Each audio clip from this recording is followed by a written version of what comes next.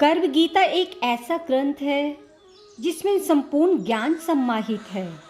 श्री कृष्ण भगवान जी का वचन है कि जो प्राणी इस गर्भ गीता का सद्भावना से विचार मनन करता है, पढ़ता या सुनता है, वह फिर गर्भवास में नहीं आता। उसे जीवन मरण के चक्र से छुटकारा मिल जाता है। साथ ही ये मान्यता भी है कि जो गर्भवती महिला गर्भ गीता का श्रवण अथवा पाठ करती है, उसका गर्भस्थ शिशु अच्छे से संस्कार ग्रहण करता है। जन्म लेने के बाद वह आदर्श जीवन व्यतीत करता है। गर्भ गीता में अर्जुन ने संसार से जुड़े कई प्रश्न किए हैं। श्री कृष्ण ने अर्जुन की सभी जिज्ञासाओं को शांत करते हुए जो ज्ञान गर्भ गीता में दिया है, वह प्रत्येक मनुष्य के लिए परम हितकारी व आवश्यक है। गर्भ गीता की शुरुआत में अर्जुन भगवान से यही प्रश्न पूछते हैं कि आत्मा का पुनः जन्म क्यों होता है, इस जन्म में उसके क्या कर्तव्य होते हैं, किन पाप कर्मों के कारण वे जीवन में अनेक दुखों को पाता है और किन कर्मों के कारण वे जीवन में अनेक सुखों की प्राप्ति करता है, और अंत में वह कौन सा मार्ग है जिसके द्वारा वह मोक्ष और मुक्ति को प्राप्त करता है, अर्थात वह आत्मा कब भगवान में लीन हो जाती है और उस आत्मा का जन्म मरण का सारा दुख समाप्त हो जाता है। परंतु जिसे मुक्ति नहीं मिलती है, उन्हें अलग अलग योनियों में जन्म लेकर अपने अच्छे व बुरे कर्मों का फल भोगना पड़ता है। अर्जुनोवाच, हे भगवान, कृपया बताएं कि जीव जब गर्भ में आता है तो वे किस पूर्व कर्म के कारण आता है। हे मधुसूदन, प्राणी जन्म के पूर्व गर्भवास का कष्ट भोगता है और जन्म लेते समय भी असहाय कष्ट पाता है। इसके उपरांत वह संसार में रहकर रोग पीड़ा भोगता है। उसे बुढ़ापा आता है, प्राणी की मृत्यु भी होती है। अस्तु प्रभु जी, कृपया ये बताएं कि वे कौन से कर्म हैं जो प्राणी को जन्म मरण से रहित बनाते हैं। श्री भगवानोवाच, हे अर्जुन, जन्म मरण का बंधन उन प्राणियों की नियति है जो संसार में लिप्त रहते हैं। ऐसे प्राणी संसार में अनुरक्त रहते हैं, अर्थात संसार के नश्वर पदार्थों से ही प्रेम करते हैं। वे सांसारिक वस्तु की कामना करते हैं। प्राणी संसार की माया पाने की चेष्टा तो करता है, परंतु मेरी भक्ति पर ध्यान नहीं देता। इसके कारण वे बारंबार और अनेक योनियों में जाकर जन्म मरण का दुख उठाता है। अर्जुन उवाच, हे जनार्दन, सांसारिक माया मोह से मुक्ति तो बहुत कठिन है। माया चित्त हर लेती है। मन काम, क्रोध, लोभ, मोह और अहंकार रूपी विकार से घिरा मदमस्त हाथी है। तृष्णा रूपी शक्ति इसे प्रेरणा देती है। 5 विकारों में अहंकार प्रबल है, जो कि प्राणी को नरक में ले जाता है। इस मदमस्त हाथी को कैसे वश में किया जाए? मन को भक्ति में लगाने हेतु क्या उपाय करना उचित है? श्री भगवानुवाच, हे धनंजय, जैसे मदमस्त हाथी को वश में करने के लिए अंकुश की आवश्यकता होती है, उसी प्रकार मन को वश में करने के लिए अभ्यास द्वारा ज्ञान प्राप्त करना आवश्यक होता है। भक्ति और ज्ञान बराबर अभ्यास करते रहने पर ही प्राप्त होते हैं। अर्जुन उवाच, हे मधुसूदन, आपकी भक्ति के लिए कोई वनखंडों में जा रमते हैं और कोई वैरागी बनकर स्थान स्थान पर भ्रमण करते रहते हैं। हे प्रभु, कृपया बताएं कि आपकी भक्ति कैसे मिल सकती है। श्री भगवानुवाच, हे अर्जुन, मेरी खोज में वन वन भटकते सन्यासी अथवा स्थान स्थान पर जाने वाले वैरागी मुझे तब तक प्राप्त नहीं कर सकते जब तक उनके हृदय में मेरा निवास नहीं होता।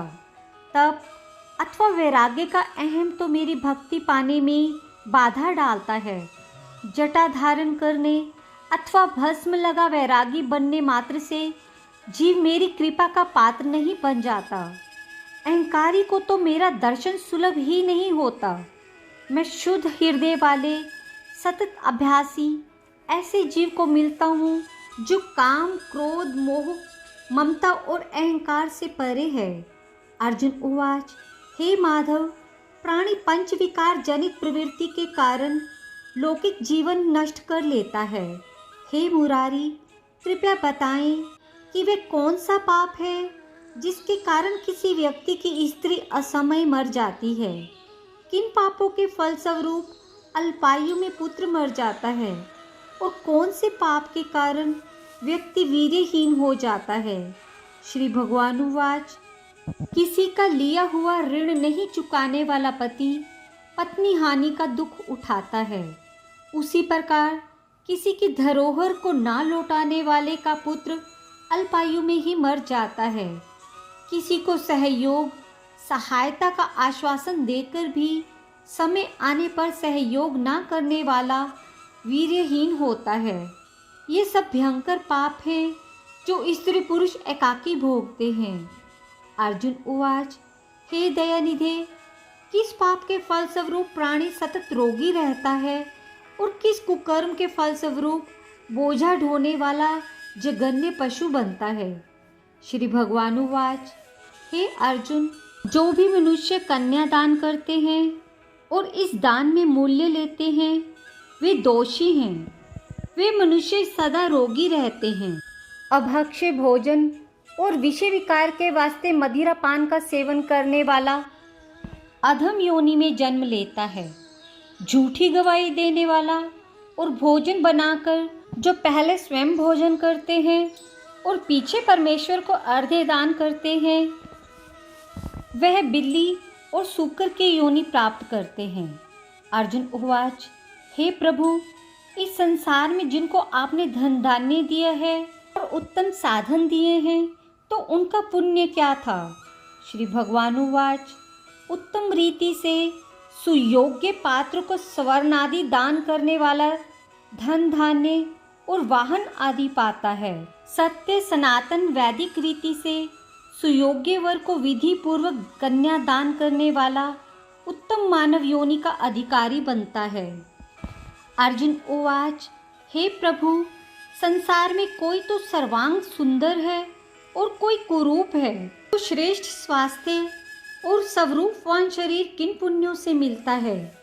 श्री भगवानुवाच, हे कौन्ते, पुरुष का रूप स्वरूप नहीं गुण महत्वपूर्ण है।